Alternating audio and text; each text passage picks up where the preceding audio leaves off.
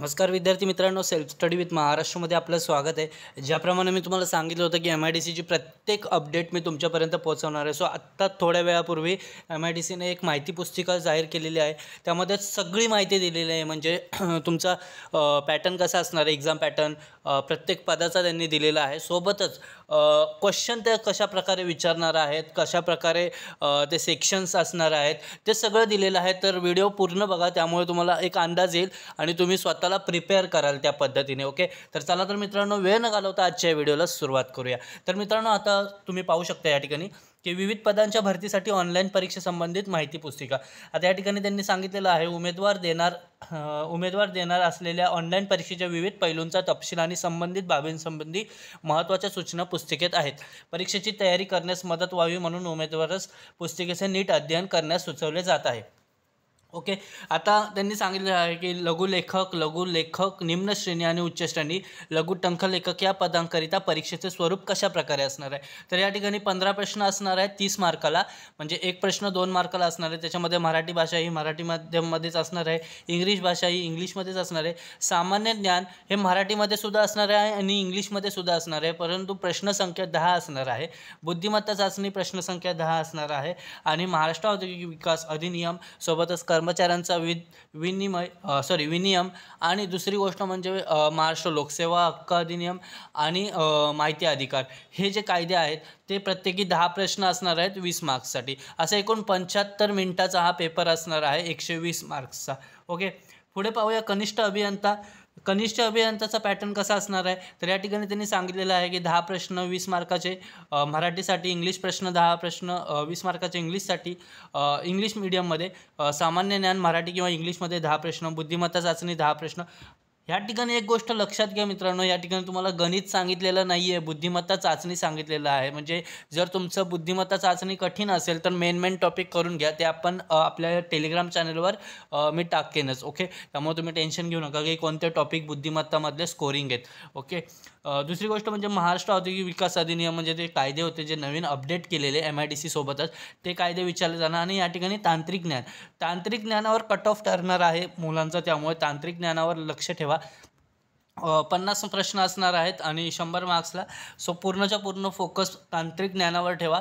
बाकीचे 10 प्रश्न आपण कसेही काढू शकतो। मराठी खूप इझी असतो IBPSचा, इंग्लिशसुद्धा खूप इझी असतो आणि सामान्य ज्ञान ते आपण करूच कवर, त्यामुळे टेन्शन घेऊ नका, पण तांत्रिक ज्ञानावर लक्ष द्या।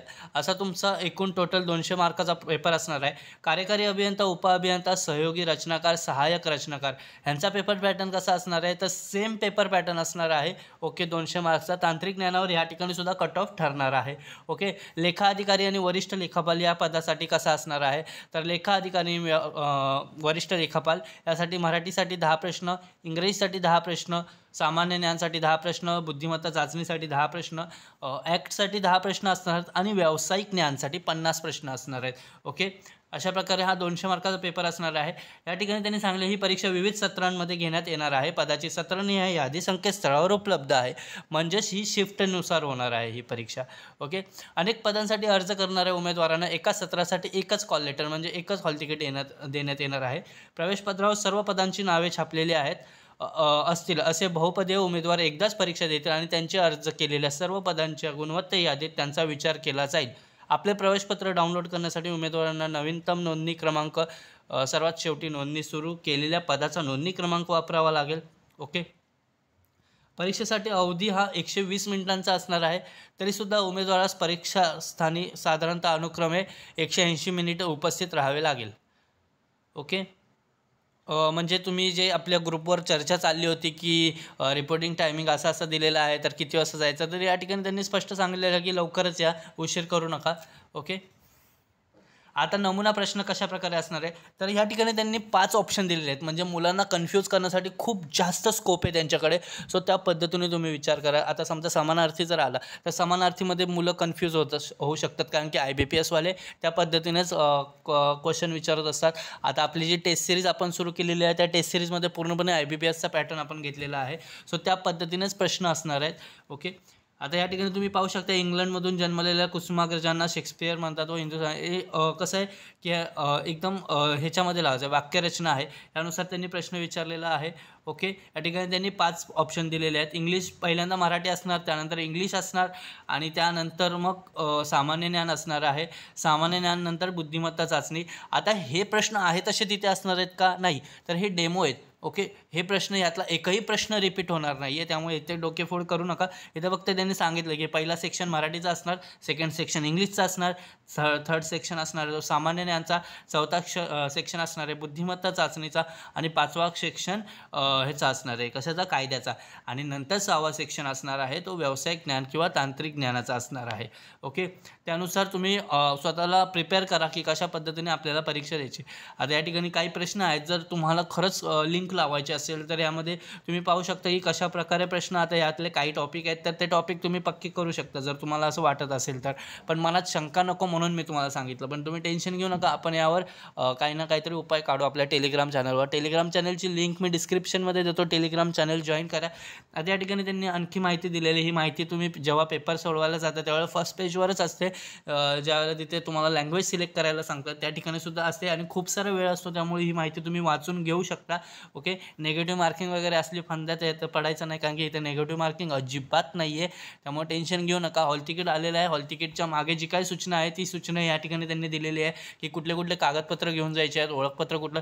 तरी आपण एक व्हिडिओ बनवू 28-29 तारखेला, ज्यामध्ये आपण सगळं काही सांगू. टेन्शन घेऊ नका अजिबात आणि ऑल द बेस्ट तुम्हाला एक्झामसाठी. आणखीन काही अपडेट असेल तर रोजच्या रोज मी तुम्हाला टाकतच आहे. ओके, आणि आपला जो नवीन एक टाकलेला आहे आपला फायनल पंच नावाची सिरीज सुरू केलेली आहे, ज्यामध्ये एकदम आता आपल्याकडे आहेत 7 दिवस. 7 दिवसामध्ये आपल्याला काय काय करायचं आहे ते सगळं मी एक म्हणजे कसं असतं की आपण, माझा असा विचार आहे की यूट्यूबवर शॉर्ट्स टाकून छोटे छोटे मुद्दे तुमचे क्लिअर करायचे आणि सोबतच टेलिग्रामवर सुद्धा तुम्हाला काही आयडिया द्यायची की कुठला अभ्यास सध्या केला पाहिजे 7 दिवसांमध्ये जो आपल्यासाठी स्कोरिंग असेल.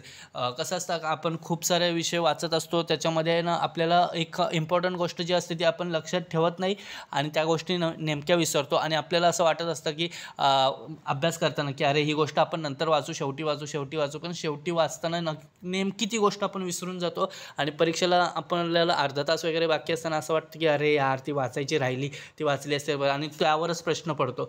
ही सिच्युएशन आपल्याला येऊ नये म्हणून मी तुम्हाला सांगतोय की आपले हे फायनल पंचची सिरीज आहे ती सिरीज नक्की फॉलो करा आणि जे जे सांगतोय तो अभ्यास करा. एकदा वाचून जा. 100% सांगतो की आपली टेस्ट सिरीज आपण जी सुरू केली आहे त्या टेस्ट सिरीजमध्ये सुद्धा फायनल पंचचा उपयोग करूनच आपण ती टेस्ट सिरीज केलेली आहे. तुम्ही टेस्ट सिरीजसुद्धा जॉईन करू शकता किंवा फायनल पंचनुसार तुम्ही अभ्यास करा. टेन्शन घेऊ नका, मी तुमच्यासोबत आहे. रोजच्या रोज अपडेट टाकत जाऊ. तुम्हाला माझ्याशी बोलायचं असेल तर टेलिग्रामची लिंक मी दिलेली आहे, तिथे जाऊन तुम्ही माझ्याशी संपर्क करू शकता. व्हिडिओ आवडल्यास लाईक करा, चॅनलला सबस्क्राईब करा, जेणेकरून तुम्हाला रोजच्या रोज अपडेट मिळत जातील. रोज आपण व्हिडिओ टाकणार आहोत, सो तुम्ही टेन्शन घेऊ नका, रोजच्या रोज मी तुमच्यासोबत आहे. ठीक आहे, धन्यवाद मित्रांनो. तुम्हाला काही अडचण असेल तर कमेंट करून नक्की सांगा. धन्यवाद.